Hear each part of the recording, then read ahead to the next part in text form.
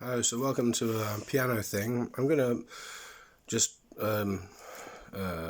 be playing or trying to play the Schubert um, impromptu number 4 A in A flat.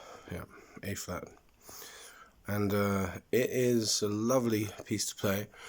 And if you would like to compare my playing to Rachmaninov's playing, then you can do that because he has recorded this piece. Apparently he did a few versions. Oh, that reminds me. I spoke a little bit in a slightly disparaging way, I think, where I mentioned of other Rachmaninoff books, apart from the classic Rachmaninoff book, which is authored by two people, Berteson and Lader, I think they are. But actually there's another one which is also good, and it's by Max Harrison. It's really detailed, and it's fairly new. I think it was printed in 2005 or thereabouts, and it's really good. It's really comprehensive in listing the works, and the main point of this book is, it's just called Rachmaninov. The main point, I think, is to explain how his minor works are unjustly neglected, and also how he was equally talented as a composer, pianist and conductor, but he didn't do that much conducting or composing because he had to divide his time, or even playing the piano, although he did have to do that, a lot of that towards the end of his life, but although we do have recordings of him. But the reason why was because he didn't have time to devote quality time on any one of those three, and yet he excelled in all three.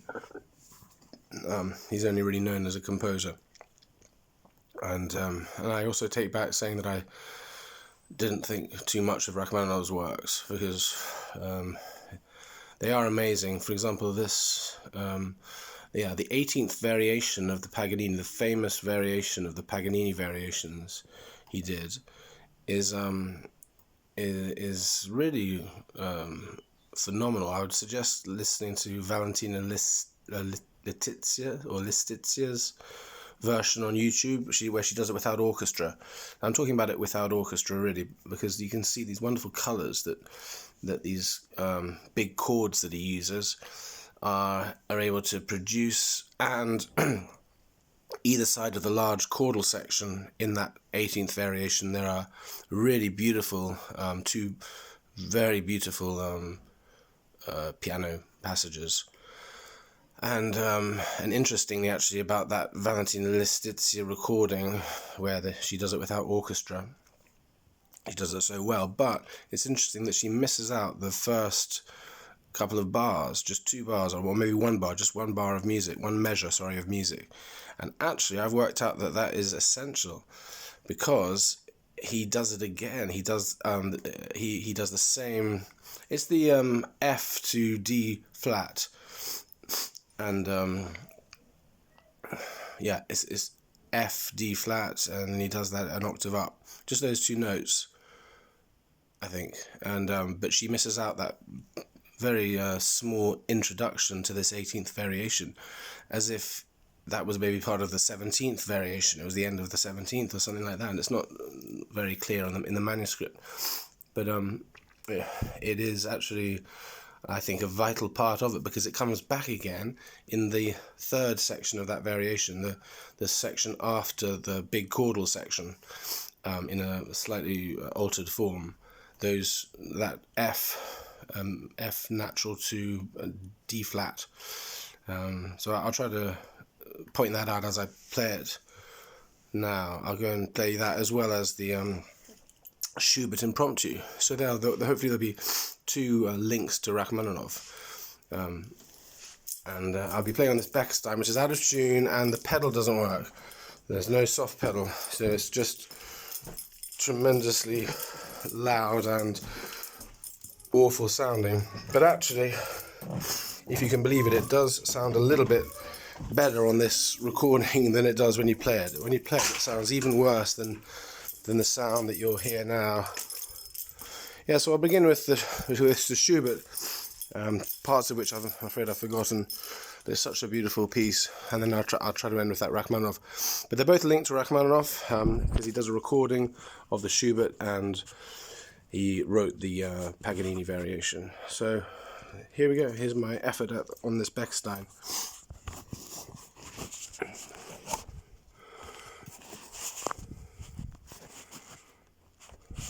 I need to. I'm gonna put it like this. Okay, I need to turn it around. How do we turn it around? Interesting. Because I've done a sort of selfie way. I can't put it around without stopping this video. So how can I do it so that you can see me play? See the piano. Difficult. Let's have a look. Okay, you can see a bit there. Let's have a look. Give it a go.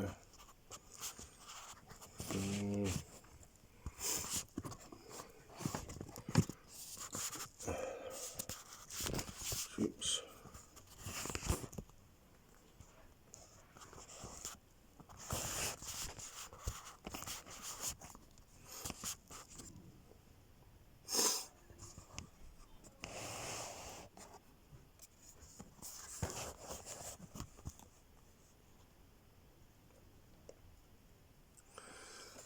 Nope. And there must be some way of doing this. I wonder. Actually, speaking of Listitsia or Listicia, I'm not sure. She's a Russian pianist. It's a Russian name. I can't remember her surname, but she's really good. She's not my favourite pianist, but she's pretty good with Rachmaninov. And okay, so just to say that she also does a selfie sort of thing. I don't know how she does it. She hangs it from herself. I'm going to try to do that way, the way she does it, see if it works, while she's playing some pieces. So we go. No, maybe this one. Yeah. How about on that? Like that. Yes, that's not too bad.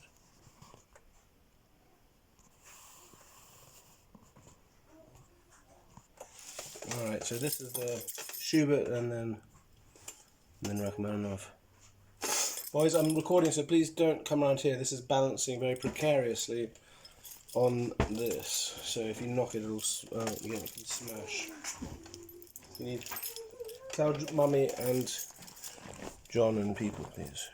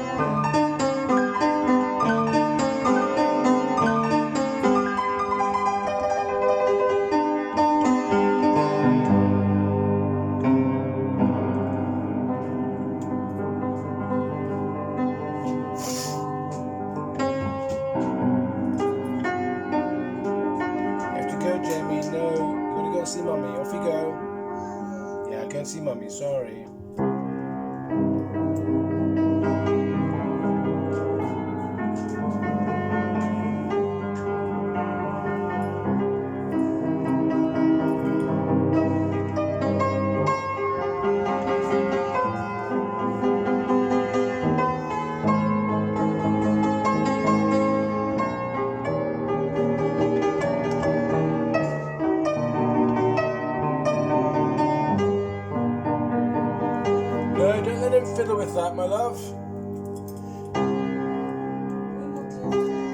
I'm recording now.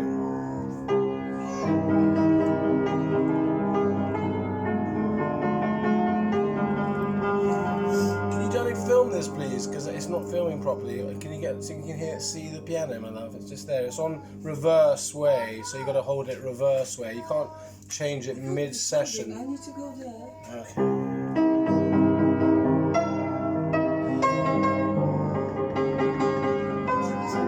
Is it touching little plugs? Alright, don't worry about it.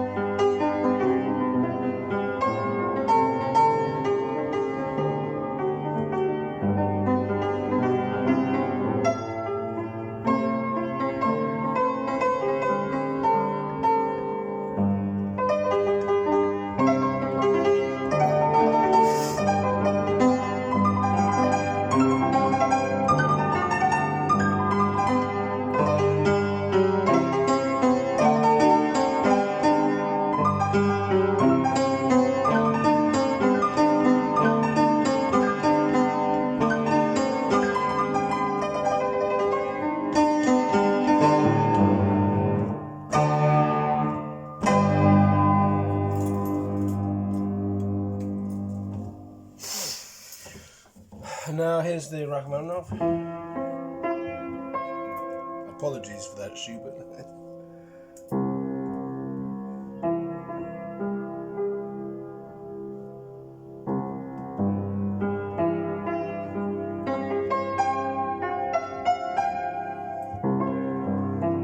So that was that introduction now.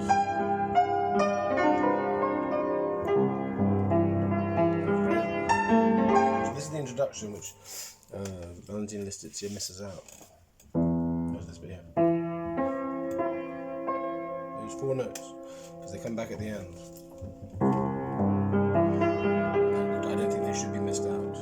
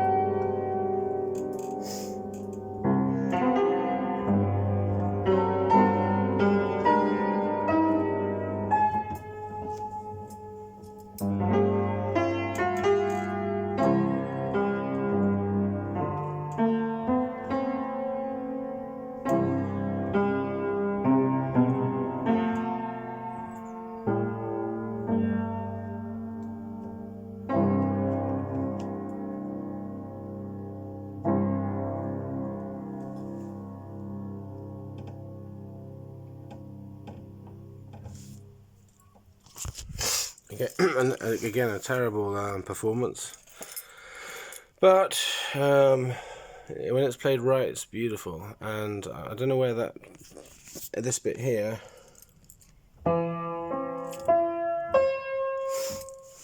came at the end. I wasn't able to think about it as I was playing, but it's there somewhere. Let me just do that last bit again to see if I can point it out where that comes again. It's one of those phrases at the end, anyway. So it goes at the end, after the chordal section.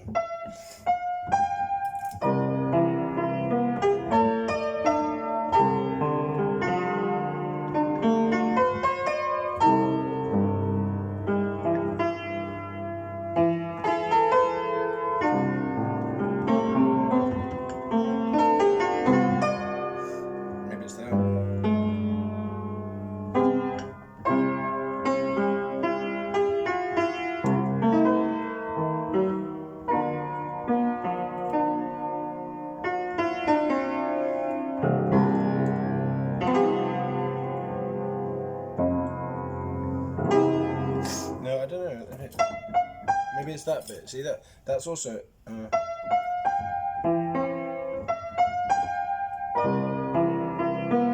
Yeah, there. This bit here.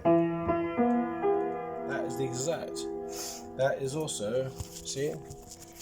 That's also exactly the F.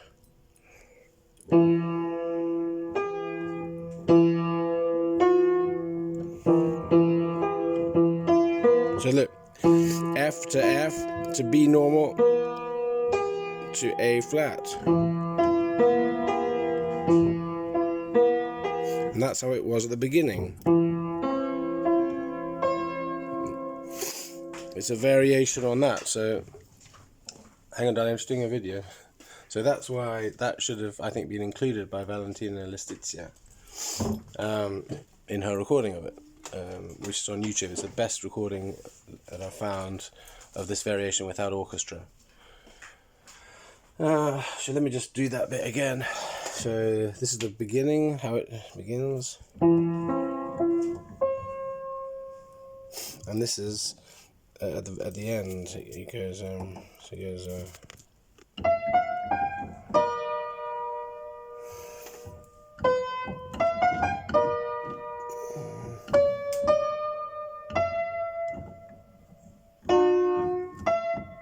Right, let me have a go again. I'm knocked up again, folks. That's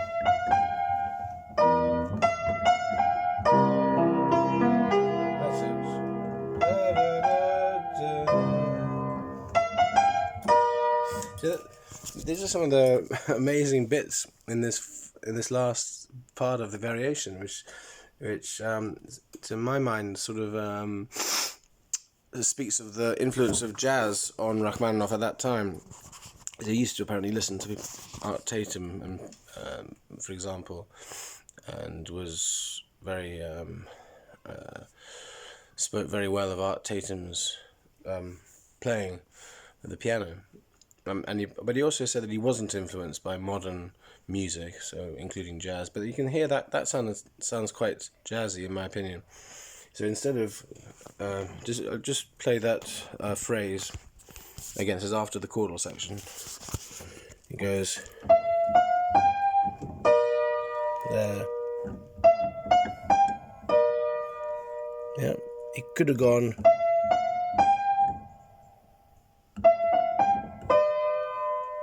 But instead it's like that, you see. So, and all of those, if you watch them, they're all like diminished sevenths. They're all kind of jazz chords, I think, if I'm right in saying that. I'll just play them again if I can remember them.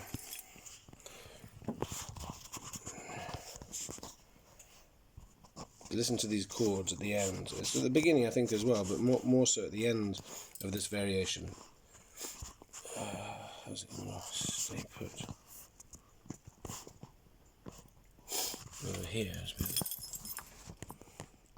Yes, better. So.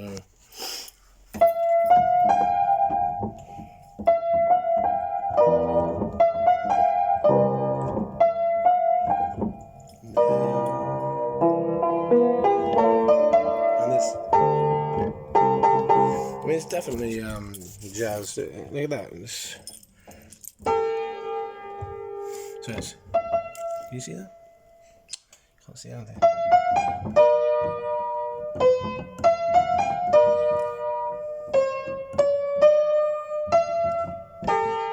Look at that. All these flattened notes.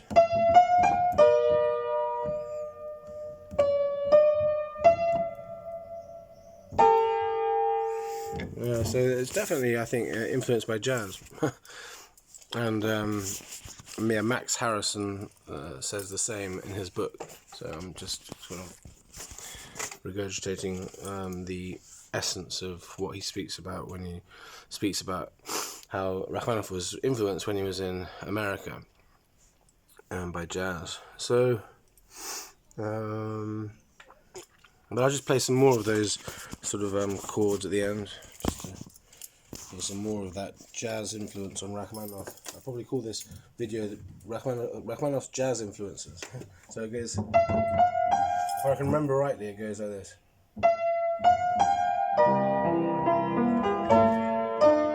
That's what I'm on. So it's almost every chord actually is a jazz chord. Oh, that's wonderful.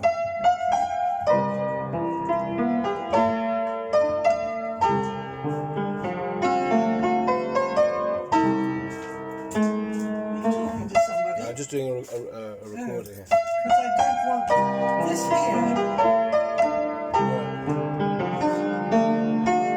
This has to be in Yeah, this. alright, we'll do it.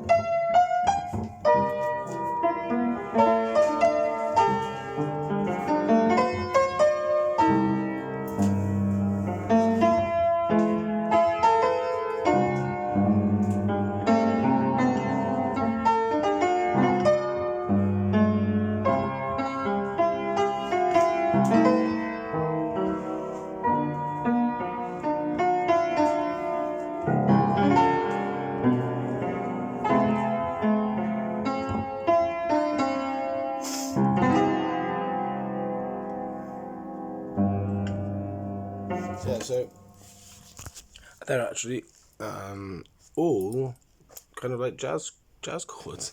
So I just want to check if the beginning bit is also filled with jazz chords, triads, and all this. Let's have a look. Augmented sevenths, mainly augmented sevenths and flattened sixths, I think, and things like this. But let's have a look. If I'm right in saying that. Okay, so from the beginning is that bit, and that's here. There you go, that's that bit. That's how it begins, watch. Now we'll check out for jazz chords at the beginning.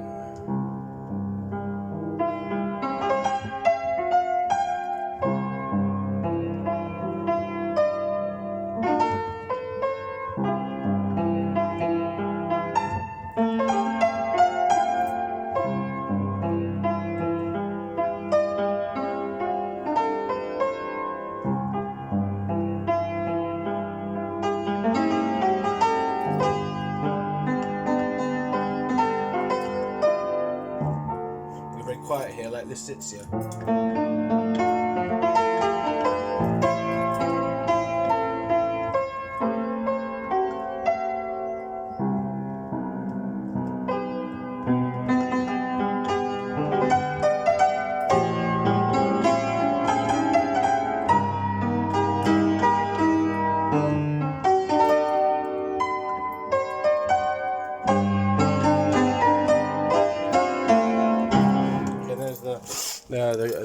The chordal passage comes. So there weren't any jazz chords there. There was no jazz influence in that in the introduction, in the sort of first section of that 18th variation. But come the last section, you can hear that influence of jazz, I think. So it kind of speaks of Rachmaninoff's life in a way. Like the first part is his maybe his growing up period, which I'm reading about at the moment.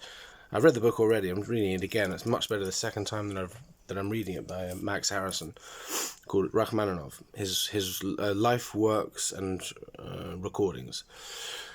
So maybe that first bit is kind of like Rachmaninoff's early life, his growing up, and especially speaks of Ivanov, the estate where he lived. I think it was called Ivanova. It was near Novgorod in Russia. And then the middle section speaks of his perhaps speaks of his his middle period, really. It's a bit like Beethoven's early period, middle period, and late period. That's all it is. So the first section speaks, I think, of his very much his youth when he was first composing the first pieces, like the